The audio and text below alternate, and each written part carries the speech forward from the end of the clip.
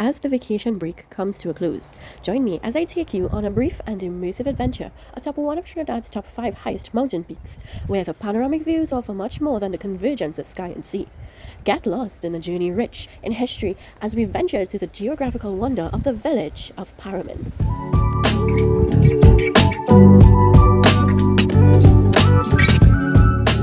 We begin our adventure at our meeting point on Shoto Road, where we are greeted and briefed by our tour guides for the day. We begin our journey after prayer and set off to the North Coast Road. As we pass the Valley of Mocha, our tour guide stops to give us a view of the peaks which make up the expanse known as Paramin. We continue our trek along the North Coast Road and pause briefly at the start of the ascent to learn of the name of our routes, the Fon Poidu Road. The name comes from the poidu, a local delicacy which is considered a fruit, loosely called padu in Trinidad, while it is actually a sweet peas, hence the name pois, meaning peas, and du, meaning sweet. Our tour guide gave us some interesting facts about the use of the seed from the poidu after the white soft flesh around it has been consumed. One such use being jewelry making to create homemade earrings for the ladies. As we made our ascent towards one of the first stops on our tour,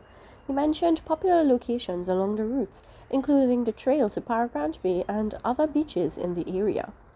As we made our way further up the concrete pathway, the views on either side offered us beautiful natural sights, hues of blue behind the trees and buildings to our right, and to the left, the contrast of the urban world against the sparsely populated green expanse of rolling hills and vales, framing the city of Port of Spain into a sightline as though nestled between the hills. Our first stop, Aunt Julia's, a popular location for meals which can be pre-ordered prior to your visit. Our experience begins here among the cocoa house, mud house with outdoor kitchen, dirt oven and fireside for cooking.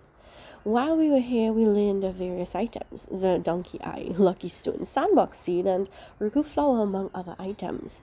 From the earthen windows of this location, we caught views of the sea, which on this day were dull due to the hazy atmosphere. However, on a clear day, those views surely would be an astounding and breathtaking vantage point for seafaring activities, such as the Great Race and observing the inter-island ferries commute between the twin island republic.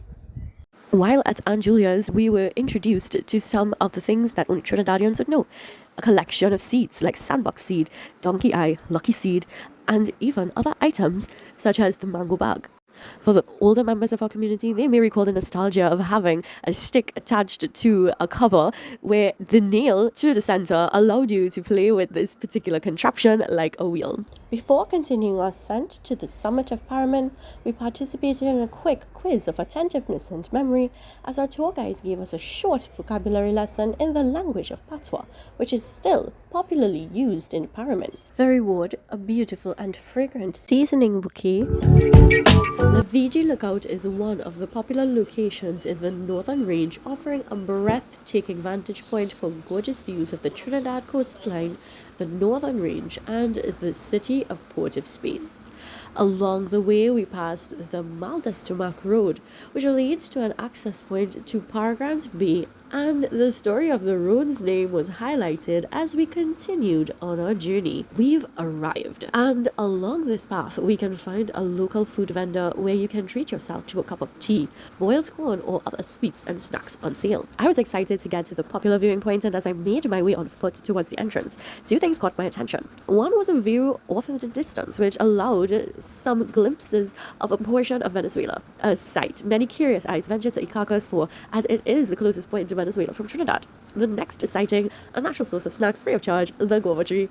Our tour guides were so kind that they climbed the tree to pick 2 nice guavas for me, and I was ready to go to the height of the Paramin region. We had a number of viewing decks offering a variety of views. We had to take in the sights from every possible angle.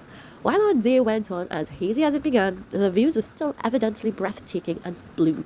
The blue of the sky, clear and cloud-free, which dipped into the deep blue sea level, spreading off into the horizon, which kissed the north coast in hues of blue as it met with the green of the untouched tree-lined coves and rolled into the spreading northern hills expanding inland, which were colored in hazy shades of forest green and distant blues.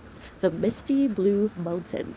After enjoying a little sun-kiss on viewing decks 2 and 3, I journeyed across the pinnacle to viewing deck number 1, where the views offered peaks of lush green, cityscape, and sea.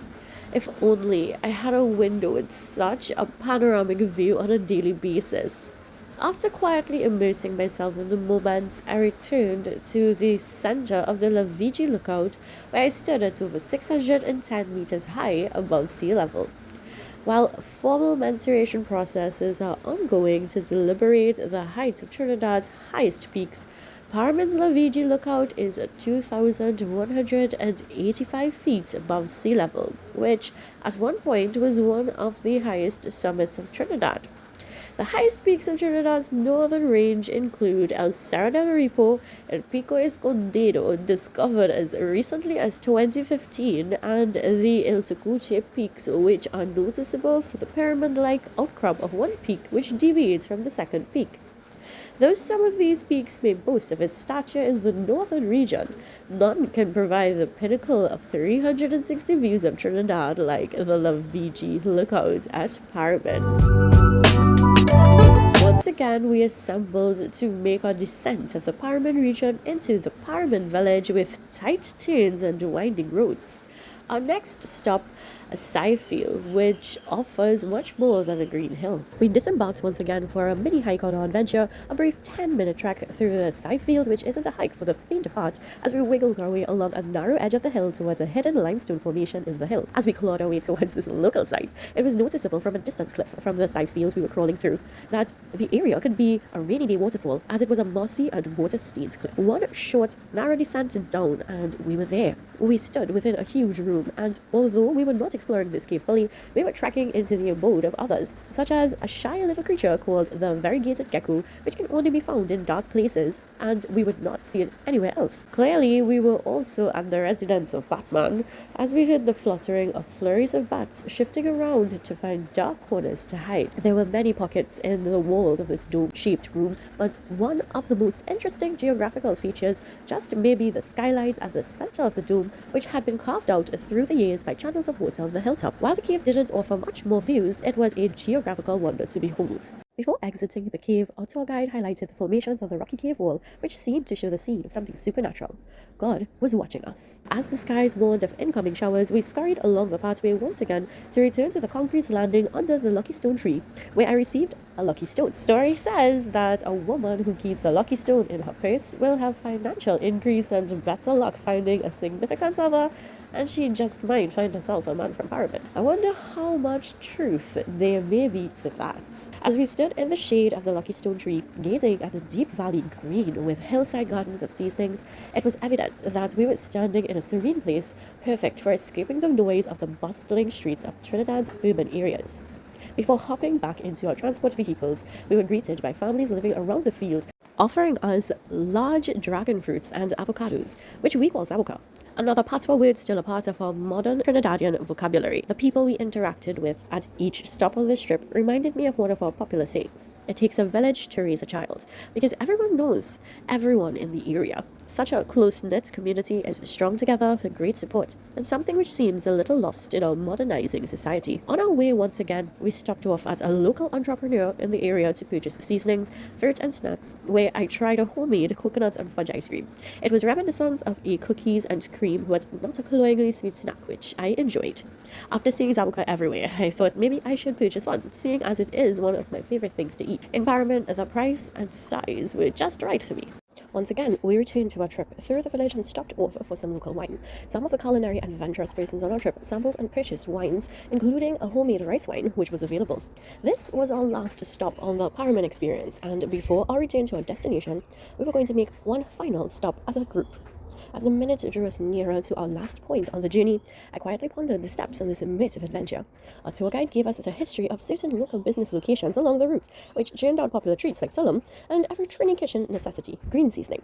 We stood together as a group at the doors of the Paramin RC Church, where the stained glass doors and windows made me think of the beauty of seeing the interior on a sunny day with light peeking through those glassy structures. Our tour guides highlighted that the church floor was made of the actual rock of the hill, and the process to have this feat accomplished. It also was designed like a natural amphitheater style, using the hill's gradients. Here, we officially shared our departing words of gratitude to our wonderful tour guides who painted such a vivid picture of the Paramin life by informally educating us on the rich cultural history, the language which has not been lost, and the geography of the Paramin region. One last bit of education in agriculture before we made our final descent back into Maraval, the soil conditions which have been conducive for the healthy development of the flora which particularly thrive in the area. We made our way to our point of contact on Shodo Road, where I first noted the foreshadowing of a purchase I'd make. The first avocado tree which announced to me we were in for a green escape. As we parted ways, I glanced back up the road, reflecting on the brief dive into a rich experience. Suddenly, it no longer seemed inaccessible. It no longer seemed isolated and foreign to a local like me. As I mused, my mind quietly replayed the reel of both the camera-captured and uncaptured moments of the day. The moments of laughter, lively chatter, and unforgettable experiences. The small challenges, the altogether enthralling adventure to a region I'd only heard of and never before seen. And as I returned to the traffic of busy streets, the height of the Paramin region growing distant until out of sight, I contemplated what life would be like living in Paramin. It would be idyllic for those searching for a serene and calmer lifestyle while maintaining a bird's-eye view of the modernizing, bustling society. A contrast of stature and character, where a humble society with a wealth of cultural history and agriculture looks down on the city where pride is abundant and people lack the richness of who we ought to be. While on our tiny home island, many places are not too far to reach, this trip was a reminder of the significance of exploring like a tourist in your own country.